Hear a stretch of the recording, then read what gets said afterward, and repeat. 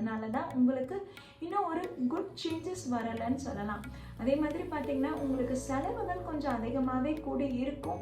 குரு உங்களுக்கு 12ஆம் இடத்துல இருக்கிறதுனால கேது கிரகத்துல இருந்து செவ்வாய் பிரிஞ்சு கன்னி ராசிக்கு இடம் பெற்றிருக்கு. இது ஓரளவுக்கு பாசிட்டிவா இருந்தாலுமே சூரியன் இந்த மாத தொடக்கத்துல உங்களுடைய ரொம்பவும் கவலைப்பட வேணாம், பயப்பட வேணாம்.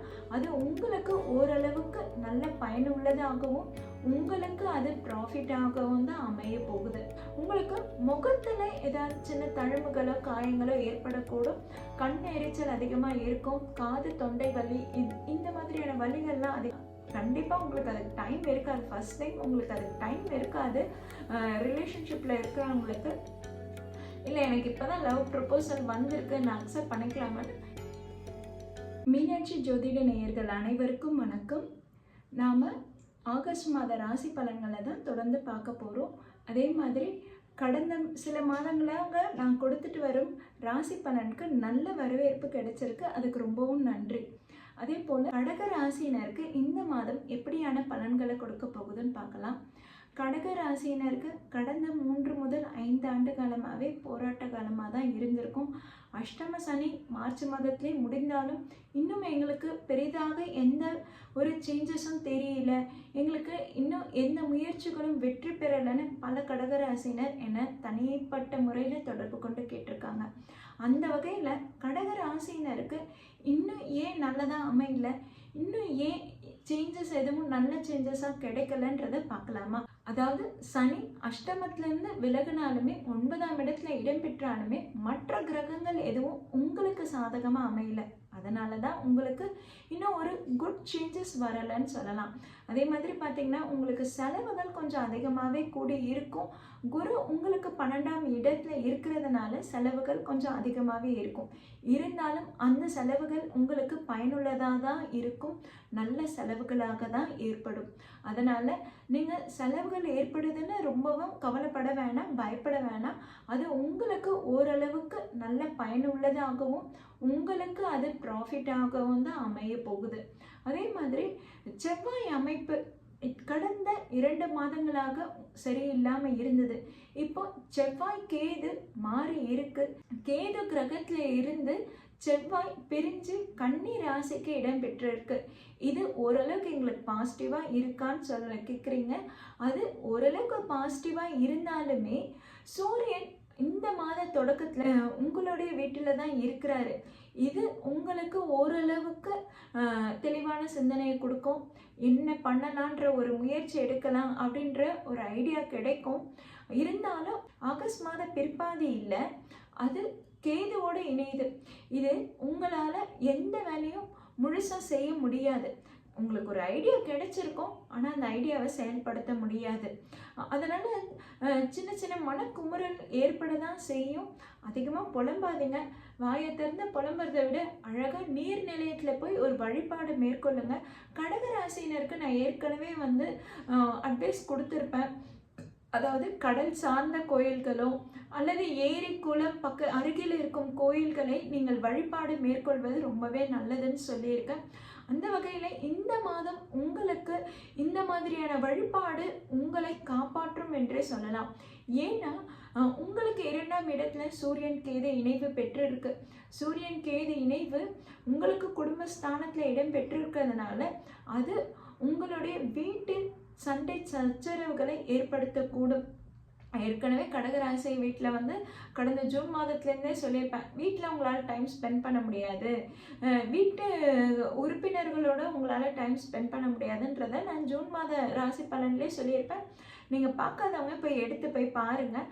இந்த மாதமும் எப்படி இருக்குன்னா அவங்க கூட சரியான டைம் ஸ்பெண்ட் பண்ண முடியாது. அப்படி டைம் ஸ்பெண்ட் பண்ணாலும் அந்த காலகட்டத்திலையும் பிரச்சனைகளும் சண்டை சச்சரவுகளும் அதிகமாக இருக்கும். அப்படி தான் இருக்கு.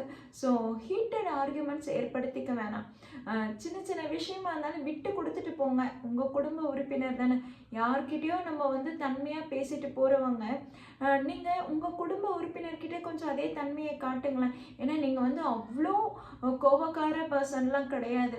உங்ககிட்ட நல்ல எமோஷ்னல் பாண்டிங்கும் சென்டிமெண்ட்டும் நிறைஞ்சு இருக்குது. அப்போ நீங்கள் உங்கள் குடும்ப உறுப்பினருக்காக சின்ன சின்ன விஷயங்களை விட்டு கொடுக்கும்போது தேவையில்லாத சண்டை சச்சரவுகள் ரொம்ப பெருசாக ஆகாமல் தவிர்க்கலாம். அதனால தான் இந்த அட்வைஸ் கொடுக்குறேன். ஸோ உங்கள் வீட்டாளங்கிட்ட இந்த ஒரு மாதம் குறிப்பிட்டு சொன்னேன்னா இந்த ஒரு மாதம் ரொம்பவே கவனமாக தான் இருக்கணும். தேவையில்லாத ஹீட்டட் ஆர்கியூமெண்ட்ஸ் வேணாம். அதே மாதிரி சூரியன் கேது இணைவு இருக்குன்றதுனால உங்களுக்கு முகத்தில் ஏதாவது சின்ன தழும்புகளோ காயங்களோ ஏற்படக்கூடும். கண் எரிச்சல் அதிகமாக இருக்கும். காது தொண்டை வலி இந்த மாதிரியான வலிகள்லாம் அதிகமாக ஏற்படும். ஸோ இதிலெல்லாம் கொஞ்சம் கவனமாக இருந்துக்கோங்க. ஓகேங்களா? உங்களுக்கு 12ஆம் இடத்துல குரு சுக்கிரன் இணைவு இருக்குன்னும் போது உங்களுக்கு அதிகமான செலவுகள் ஏற்படும். நல்லா ஷாப்பிங் பண்ணிட்டு வந்துடுங்க. செலவாகுதுன்னு புலம்புறதை விட இந்த டைமில் என்னெல்லாம் வாங்கணுன்றதை நீங்கள் லிஸ்ட்டு போட்டு பிளான் பண்ணி வாங்கிடுங்க. ஏன்னா நீங்கள் என்ன நினச்சாலும் சரி அந்த செலவுகளை உங்களால் தவிர்க்க முடியாது. அதற்கு பெட்ரு நீங்கள் என்ன வாங்கணுன்றத அழகாக எழுதிட்டு போயிடுங்க. ஏன்னா எழுதிட்டு போனோன்னா நம்ம வீட்டுக்கு தேவையானதோ நமக்கு என்ன தேவையோ அந்த இதுவை மட்டும் வாங்கிட்டு வருவோம். அந்த பொருட்களை மட்டும் வாங்கிட்டு வருவோம். அதே நம்ம எந்த செலவும் ஆகிடக்கூடாது, எந்த செலவும் ஆக்கிடக்கூடாது, நம்ம எவ்வளோ கான்ஷியஸாக இருந்தாலும் அந்த பணம் நமக்கு விட்டு விரயமாக போகணும்னு தான் இருக்குது. அதற்கு பெற்று நீங்களே நல்ல செலவாக உண்டு பண்ணிக்கோங்க. இப்போ லவ் அண்ட் ரிலேஷன்ஷிப் எப்படி இருக்கும்னா கண்டிப்பாக உங்களுக்கு அதுக்கு டைம் இருக்காது. ஃபர்ஸ்ட் டைம் உங்களுக்கு அதுக்கு டைம் இருக்காது. ரிலேஷன்ஷிப்பில் இருக்கிறவங்களுக்கு இல்லை எனக்கு இப்போ தான் லவ் ப்ரப்போசல் வந்திருக்கு நான் அக்செப்ட் பண்ணிக்கலாமான்னு இந்த ஒரு மாதத்தை தவிர்த்துக்கிறது நல்லது. இந்த ஒரு மாதம் லவ் அண்ட் ரிலேஷன்ஷிப்பில் இருக்கவங்க அதிகமாக பார்த்துக்காம அதிகமாக பேசிக்காமல் இருக்கிறது ரொம்பவே நல்லது. ஏன்னா நீங்கள் ஒன்று பேசுறது அது அவங்க தப்பாக புரிஞ்சுப்பாங்க. நீங்கள் சொல்ல வர்றது ஒன்றா இருக்கும், அவங்க புரிஞ்சுக்கிறது வேறவா இருக்கும். இதனால் ஆர்கியூமெண்ட்ஸ் ஏற்படும், இதனால் பிரச்சனைகள் ஏற்படும்.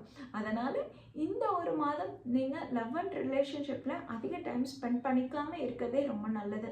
ரொம்ப நாளாக கல்யாணத்துக்காக காத்துட்ருக்கேன், எங்களுக்கு இந்த மாதமாவது வரேன் அமையுங்கன்னா சாரிங்க, இந்த ஒரு மாதமும் உங்களுக்கு தள்ளி போகிறதே ரொம்ப நல்லது. ஓகேங்களா? இந்த மாதம் எனக்கு ஒரு வரன் அமைஞ்சிருக்கு, அது எப்படி இருக்குன்னு யோசிச்சிங்கன்னா கண்டிப்பாக நீங்கள் செக் பண்ணி பாருங்கள். ஒன்று உங்களுக்கு பிடிச்ச மாதிரி இருக்காது, இல்லை உங்களுக்கு பிடிச்ச மாதிரி இருந்தால் ஜாதக அமைப்போ இல்லை குடும்ப அமைப்போ உங்களுக்கு செட் ஆகாத மாதிரி தான் இருக்கும். அதனால் இந்த ஒரு மாதம் உங்களுக்கு தவிர்த்து விட்டு அடுத்த மாதத்தில் நீங்கள் பார்க்குறது ரொம்பவே நல்லா இருக்குங்க.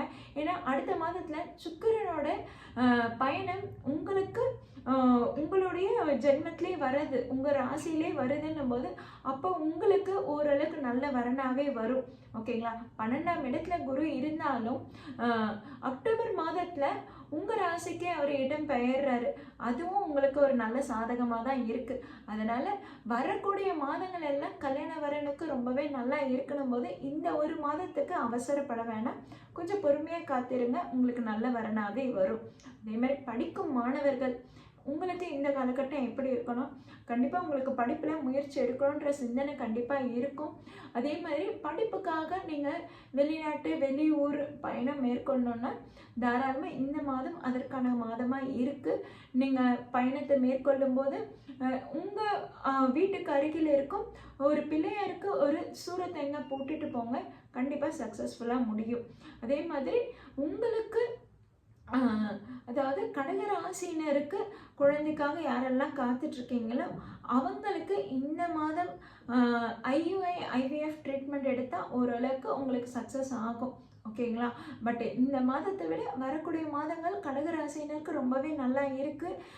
இந்த ஒரு மாதம் தான் கடைசியாக உங்களுக்கு இந்த ஒரு மாதம் தான் கொஞ்சம் போராட்டமாக கொஞ்சம் கடுமையாக இருக்கிற மாதிரி இருக்குமே கண்டி அடுத்த மாத பிற்பாதியிலிருந்து கடகராசினருக்கு ஓரளவுக்கு நல்லாவே இருக்குங்க. அதனால் புதுசாக ஏதாவது முயற்சி எடுக்கிறவங்க கொஞ்ச காலம் தள்ளி போடுறது ரொம்பவே நல்லது. இப்போ பிளான்ஸ் போட்டு வச்சுக்கோங்க, பெட்டராக நீங்கள் பிளான்ஸ் போட்டு வச்சுக்கோங்க. உங்கள் ராசியிலே புதன் இருக்கிறதுனால நல்ல புத்தி வரும், எப்படியெல்லாம் பிளான் பண்ணலாம், நம்மளுடைய பிளான்ஸை எக்ஸிக்யூட் பண்ணலான்றது எல்லா தாட் ப்ராசஸும் போகும். அதை அழகாக நோட் பண்ணி வச்சுக்கோங்க. வரக்கூடிய மாதங்களில் அதை செயல்படுத்தும் மாதமாக தான் இருக்குன்னும் போது நம்ம இப்போ அந்த ஐடியாவை நம்ம எடுத்துக்கிற மாதமாக தான் இருக்குது. ஏன்னா புதன் உங்கள் ராசியிலே இருக்கும்போது உங்களுக்கு சாதகமான புத்திகளாக தான் செயல்படும். ஓகேங்களா? அதனால் இந்த காலகட்டத்தில் நீங்கள் மோஸ்ட்லி பொறுமையாக இருக்கணும். அதே மாதிரி செலவுகள் அதிகமாக ஏற்படுதா, அதை நீங்கள் நல்ல செலவுகளாக ஏற்படுத்திக்கோங்க. உங்கள் உடல்நிலையில் அக்கறை செலுத்துங்க. லவ் அண்ட் ரிலேஷன்ஷிப்பில் ரொம்பவும் டைம் ஸ்பெண்ட் பண்ணுறத தவிர்த்துடுங்க. இந்த மாதிரி இருந்தாலே பிரச்சனைகள் குறையும். ஓகேங்களா? சூரியன் கேது இணைவு இருக்கும்போது நீங்கள் குடும்பத்தில் தேவையில்லாத ஆர்கியூமெண்ட்ஸ் ஏற்படுத்திக்காமல் பார்த்துக்கிறது ரொம்பவே நல்லதுங்க.